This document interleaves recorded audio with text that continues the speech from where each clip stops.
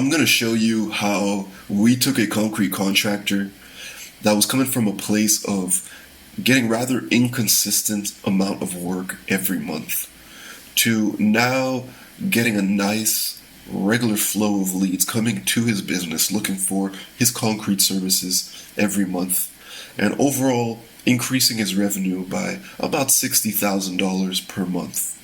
So I kind of want to break that down with you guys real quick, what his situation was like before, really what the systems are that are in place right now to be able to generate the leads, and what does that look like for him right now.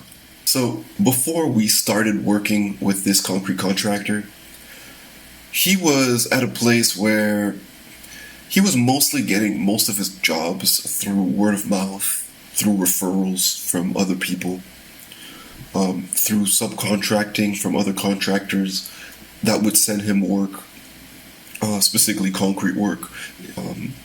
So he was actually doing pretty good. He wasn't necessarily in a bad spot, but when he approached us, he was really looking to grow his business, and hopefully with the hopes of expanding his team, and also with the hopes of having a little bit less of a hands-on when it comes to doing the work. He wanted to be more at a place where he could just do more of the management kind of side. So he had one or two teams, like crews working for the concrete work that were kind of out there, and he was usually always working with one of them. He wanted to be at a place where really he just had a couple crews going at once all the time, and he could just manage kind of all those crews, manage the jobs coming in, go quote the people that come in, because as long as if he has enough quotes, he can kind of just focus on the quotes and kind of closing those people. So that's kind of what he was looking to do, but he wasn't there yet. It's not that he was doing bad. He was doing great work. He was getting a nice amount of work, but it wasn't as consistent as he would like, because, as you know, word of mouth and referrals are great. Those are always going to be the best type of jobs that can come through. I would always encourage all my clients to, you want to get those types of jobs. Even for me personally, when it comes to getting new clients, those are always the best, easiest to close, easiest to onboard. It's if I'm doing work for somebody else, for one of my clients, and he refers me to maybe another business owner friend that he has, another contractor friend that he has, I know that that's going to be a pretty easy job for me to get that new person onboarded, because the trust is already there. So he wasn't doing too bad, but he wasn't doing good enough or getting enough work that he would be able to expand his business and get more crews. So this concrete contractor, when he approached me, he had already attempted to run some advertising, one by himself and two with another third-party agency at one point. From what I understand, those never really produced that great results. So I'm just going to go through real quick, if we're looking at his campaign, how I set it up for him.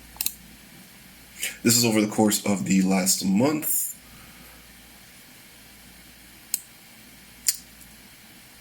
Okay, so if you look at the last month, the total ad spend was $1,400.10.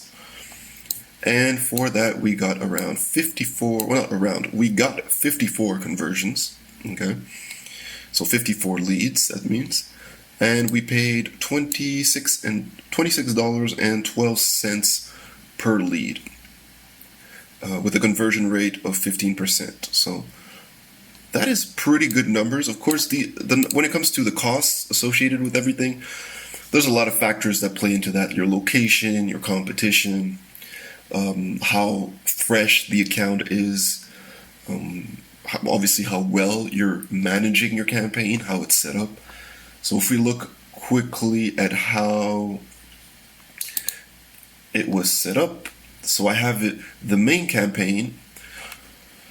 I have multiple ad groups, okay? So these are the ad groups here. The concrete contractor, stamped concrete, concrete slabs, concrete driveways, commercial concrete, and concrete foundations. Those are the 6 ad groups that are active. And really, if you look, you'll very quickly notice that a huge majority of our traffic and our conversions is going straight to the concrete contractor ad group. So this is kind of normal, and that's because the concrete contractor ad group is like more basic in the sense of it's aiming at more basic keywords. So it's aiming at people, typing in concrete contractors near me or concrete companies, in this city, whatever the city is or the town is. So you're a lot more likely to get those types of searches just because there's more of those searches than someone who's specifically looking for example, concrete foundations or stamped concrete, okay? And then you could look and you could see kind of our cost per conversion per ad group. So we said that our total, average is $26.12. That's for the whole campaign. And then you can kind of see in depth a little bit more. For the actual ad group that we're getting 90%, 90% plus, I think, right now of the conversions, we're paying $23.58 per lead. Now, if you look at stamped concrete, we're paying $76.54. So that's quite a bit more. That's 3 times the price we're paying for the regular. Now, this is where you need to understand a little bit your cost of what your service is and what these leads are going to lead to. No pun intended there, but what kind of jobs they're leading to. So in case of stamped concrete, the reason why I'm going to keep this open, at least for now, is because I know that stamped concrete is worth more than a regular broom finish concrete. If you're looking at a 20 by 20 slab versus a 20 by 20 stamped concrete slab, that stamped concrete slab is going to cost more, okay? So the concrete contractor ad group, what you have to keep in consideration is you're going to get, if you have keywords just associated around concrete contractor. So if I look at my keywords here,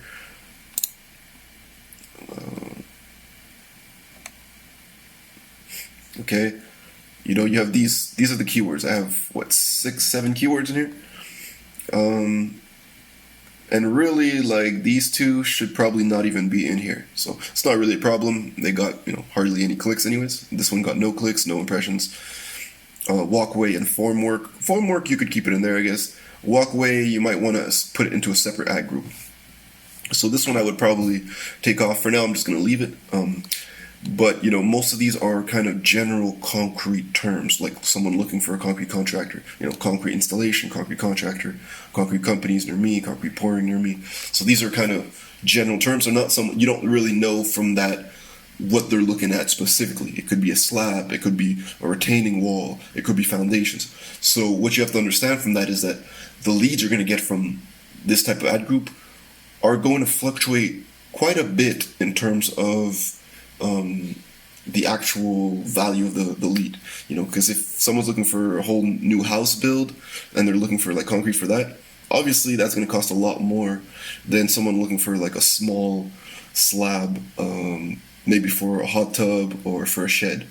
There's a big difference in like what that person's actually gonna have to pay to get the job done. So this is, you're getting a lot here for pretty cheap. But that being said, you're also, the variation between the type of leads are quite high versus some, if you go in a different ad group here. If you go in one of more of the specific ones, like if you go in stamped, for example, you're only going to get stamped concrete. So let's just check what the keywords are for here. Let's see what we got. We only have 2. So stamped concrete patio and stamped concrete driveway. So, you're basically, you're going to get those 2 types of jobs. There's going to be less volume, less traffic, for sure, because there's just overall always going to be less people looking for something specific than looking for something broad. But, that's, sometimes you want to keep them on, even though if it's 3 times the price to get that, knowing that the actual value is worth more, then you're going to be okay with that. You have to you have to assess yourself and know what the service costs or what generally costs and kind of assess from there. Is it worth it? Is it not worth it? That's things you know if you do your own services, and if you're an agency, like me, and you're working with these type of people, you need to know what those type of costs look like. Okay. So generally, when you go to ad groups, you kind of want to look and maybe turn off the ones that are costing too expensive and are not worth it. Okay, so if I was running a concrete slab ad group like here, and here it's not too much more expensive, it's about $10 more per lead. Let's say it was, I don't know, double. Let's say it would cost me $50 per lead, and I'm seeing that like most of my leads coming through from that ad group are small jobs that I don't want. Then you might want to turn that off. Okay. You definitely want to have everything separated, and even later, at a later time, you might want to separate specific things, for example, like foundations, into its own campaign. That really depends on how you want to go about things. Everybody's got a little bit of a different way of doing things when it comes to advertising. So I like to kind of initially put them all into one campaign, separate them into different ad groups, see what kind of results I get from each ad group, and kind of take a decision from there. Okay. You're also probably going to want to go individually with each keyword and see, okay, if this keyword is costing me double or triple the price, let me turn that one off because it's not worth it. But then again, you have to see, is it worth it? Because it might be worth it to spend 2 or 3 times the price for that keyword. So that's where you have to have a little bit of judgment, and you have to assess a little bit yourself. So this is kind of how we have it laid out with these ad groups.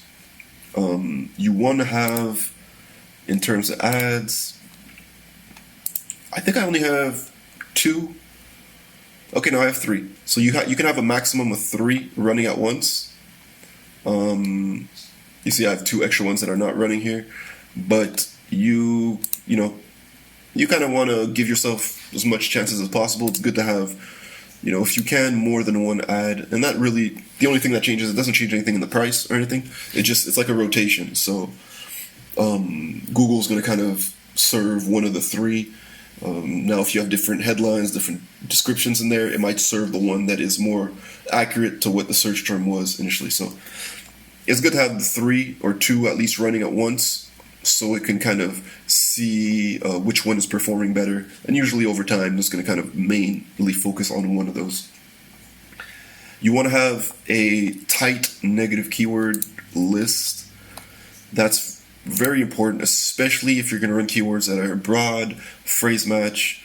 That means that the search terms are kind of expanded, so they're more willing to serve ads to people that are less precise or exactly what the keyword is. Okay, so when it comes to this type of stuff, you just want to have a good list of keywords, of negative keywords, and this is basically going to be stuff that you don't want your ads to show up for. Okay, so for example, like for one popular one for concrete is going to be like ready mix or ready mix concrete, or supplier, how, who, when, these type of things. How to do this, or what's the cost of this. These type of things you usually want to have in negative keywords. There are exceptions, but I'm not going to go into that. That's more advanced. But you want to make sure you have a strong list of negative keywords, and you're gonna get that by pretty much going every day or every week. Depends. I like to do it every day, but it depends. I do it every day for my clients. But obviously, if you're someone doing it for yourself, maybe you don't have time or whatever. It's good to go in, at least every week or every couple days, check what those search terms were. Okay. To do that, you go in your insights and reports. You go search terms. You'll see everything that people were searching and what they were searching that made them land onto your ad. And you can see, okay, from there you can go through which ones are not good, or not the ones you would want them to show up for. Maybe it's a service you don't do. Maybe it's something associated to the service you do, but it's not really what you do, like a ready supply, a ready mix concrete. That's a concrete supplier. That's not a concrete contractor. So you wouldn't want to show up for that. Okay. So you definitely want to make sure you have a strong list of negative keywords when you're doing this type of stuff. So we definitely made that over time. Like I said, every day I go in, I look at what the search terms are, and I eliminate them. So I'm sure that my client gets the least amount of bad leads or clicks that we're paying for that we don't want to be paying for and wasting our budget. That being said, if you use broad match or phrase match keywords, you are going to get some of those. You're very likely to still get some of those. Over time, you're going to get less and less and less the more you add the bad ones to your negative keyword list, but you're still going to get some because broad and phrase match, it's kind of expanded. Like it's you'll show up for stuff you don't want. Whereas exact match is a little bit more, what you type in is what you're going to get. And even there, Google over the past couple years has expanded even the exact match. So exact match today is closer to what phrase match used to be a couple years ago. So that's why it's important to have a strong negative keyword list, because even if you were just to use exact match keywords, you are still probably going to get a couple search terms here and there that you don't want to show up for. Another really important thing to keep in mind is that I haven't mentioned yet is your landing pages. Now, when you're running traffic from advertising, you want to make sure you're running it to a proper landing page and not just your own website. This is almost always recommended, and this is going to affect basically your conversion rate right here. Okay, so we have a 15.38% conversion rate, which is a pretty good conversion rate. You could get higher, to be honest. You can get 20%, you can get, in the low 20s. If you have like a 30% conversion rate, you're doing really, really, really good. But most of the time, you're not really going to get 30. Even if you have a 25% conversion rate, that's very good, okay? So anything around 20%, like I would say anything between 15 to 25% is a very good conversion rate. This depends on what you're doing, though. It depends on what kind of industry you're in. But most of the time, that's a very good conversion rate. There's still room for improvement, to be fair, though, here. I still think I could probably get it up a little bit closer to 20. But what I'm trying to say here is your landing pages are very important. If you just send it to a website, your conversion rate's going to go down. What that means is you're just going to have to send more people, meaning you're going to have to spend more money to get the same amount of conversions in the end, okay? And sometimes it can be quite drastic. You can lose like 10% conversion rate by sending it to a website versus a landing page. So you really don't want to cheap out on a landing page. You want to make sure you have it. And usually it's not just one landing page. You want to have landing pages for every ad group. So we build out for our clients a landing page for every ad group. So every ad group you see here, contractors, stamps, slabs, driveway, commercial, foundations, all of these have their own landing page. And that's to make sure that everything lines up, okay? When they land on a landing page, the headlines, the text will match what was in the ad copy that they saw on the Google ad, which will match what they initially searched, on Google, what they typed in on their keyboard. This will improve your conversion rate all the time, and it will even affect also your cost per clicks. I won't get too much into that because that's a little bit more technical.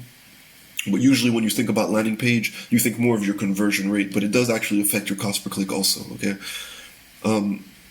So you want to make sure that you have a landing page for every ad group, and you separate your ad groups between your services. It also could be separating between locations. There's different ways to separate ad groups, but however you do it, you want to make sure you've got a specific landing page that you're sending those people to. So what that means is that if you have a lower budget, you're most likely going to want to streamline this whole thing, okay? That means less ad groups, less keywords, less landing pages. It might just be one landing page, okay? And you just send one type of traffic to there from like one ad group, let's say. And that's because you want Google to optimize the best it can. And for it to optimize, it needs to spend money on the same thing. So it needs to spend money within the same campaign. That's like, I guess, the highest level. Then within the same ad group, you could say it's like the second level. And then the most precise level is with the same keyword. So it optimizes basically at every level. Meaning the least amount of budget you want, the least amount of budget that you have, the more you want to send it to one or two or, a limited amount of things to optimize for, because then you're just spreading your budget thin across a bunch of stuff. It's never really going to optimize as good as it can, and you're usually going to end up with worse results and just paying more for everything, So it's really important that your landing pages are set up with your ad groups, and that's going to have a correlation with your budget. If your budget is low, you're probably going to want to have less of those, and as you grow, you can maybe add more ad groups, more keywords, and more landing pages to go with all those things. Okay, so if I move on over to here, this is basically a sheet where I put up all the leads. I'm going to be blurring up a lot of this information because I'm not trying to put people's personal information and their address and phone numbers out there. But you'll be able, I'll keep the comments section here unblurred so you can kind of see what type of jobs are coming through. So if you see here, we got total number of leads, 57. I think in the ad account we said 54 or something, or 53. So if there's a couple more in here, it's most likely because there's a couple that come through organic traffic. So that's just non-ad traffic that's come through. Okay, but total we had 57. So this is for May 2025. The total ad spend, like we saw before, was $1,400, more precisely $1,410. So, and yeah, if you look, we have all these 57 leads right here. So, and all the days they came on. We have if they contacted us through forms or through calls. So if you check quickly, you're going to see most of it. Or I don't know about most of it, but the majority is through form. So we're getting a lot more forms and calls for here. We can, depending on my client, I kind of go more for form, more for call. It kind of depends, usually I go for both, but I can optimize for one or the other, and it depends on, if the person's available to answer the phone regularly, or if they're gonna miss a lot of calls, then a lot of times I'd rather get forms for them. So it depends how they're set up and what they want to get. Okay. But yeah, just getting, a bunch of stuff. If you look through, you'll see a bunch of random stuff. Some are bigger stuff, some are smaller stuff, This is a small job, new concrete steps, or a little repair work. These are small things, Then you get some other ones where there's more things involved. You got a patio, they want 2 sidewalks, driveways with a stamped driveway with a walkway, pool deck, basement walkway with a patio. So you get a bunch of different stuff, okay, coming through. And obviously, depending on how your ads are set up, depending on how your campaign is set up, you're going to get different results. You're going to get different types of jobs. If you're only advertising for foundations, then as long as your campaign is well set up, you're only going to get people that are looking for foundations, okay?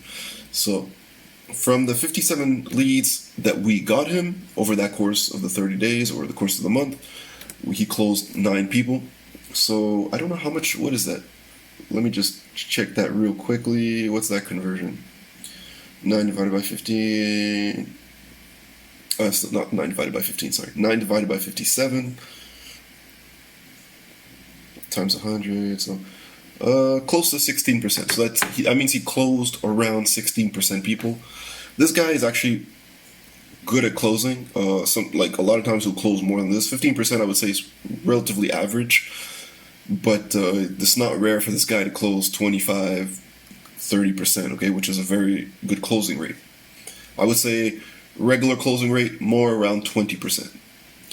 He has 5 leads out of these that are still open, meaning he didn't close them, but he still might close them, okay? Sometimes people are not always ready at that moment to be closed, but they're definitely in a point where they might be available to get closed in the near future. Okay, so these guys are still open. So from the 9 people that he did close, that was about $62,552 or $550, sorry, that came through that. Okay, so gross ROI on that is over 4,000%, but that's gross. That's that's a huge number, but that's also because that's before all expenses. For this contractor, and for many of the contractors I work with, they're usually around a 25% profit margin. So if you apply that 25% profit margin, the net ROI on this is 787% return on investment from the advertising. So that's a very good return. That's close to 8 times what you spent is what you're getting back. Is what you're getting back in profit. So this is the numbers at the end of the day, they are going to differ. You're not always going to get the same numbers. Sometimes you're going to get higher numbers. Sometimes you're going to get a bit lower numbers. There's different things involved in this when it comes to cost, when it comes to your location, your competition. So there's different things that come into play. But usually if you have a well set up campaign, you can at least be profitable pretty quickly. I would say pretty quickly, even though it takes a little bit of time for these things to learn. You'll be profitable pretty quickly if you're well set up and if you're on top of everything, on top of the things that are costing too much. Okay? So if you're a contractor yourself, you're looking to grow your business, you're looking to get some more leads coming into your business looking for your services, like this concrete contractor who is currently my client, then you can always schedule a call with me down below. I'll leave my contact information down below and where you can schedule that call, and we'll see what we can do with you. Okay, that's it for me today. Peace.